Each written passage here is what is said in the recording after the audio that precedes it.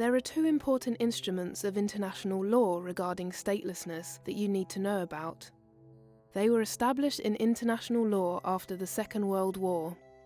The 1954 Convention relating to the status of stateless persons defines who a stateless person is and the set of minimum rights they are granted.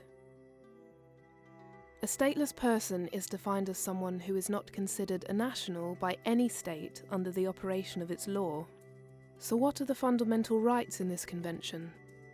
Stateless people should have the same freedom to practice religion and the same access to the courts as the nationals of the country in which they live. Discrimination is not allowed. Secondly, stateless people should have access to the same social and economic rights as anyone who is staying in the country legally.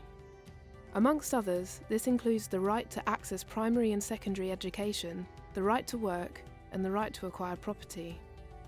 States are also urged to take measures to ensure that stateless people can acquire a nationality.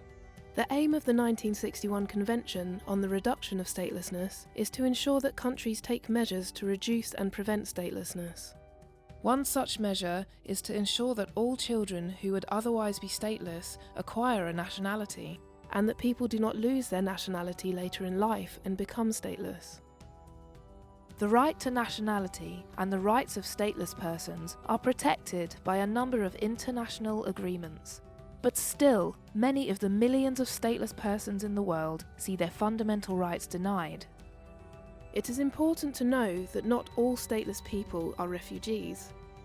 Stateless people can become refugees if they flee their country because of conflict and persecution, but this is not always the case. In fact, most stateless people live in the country they have always lived in. They just don't have the nationality of that country or any other country.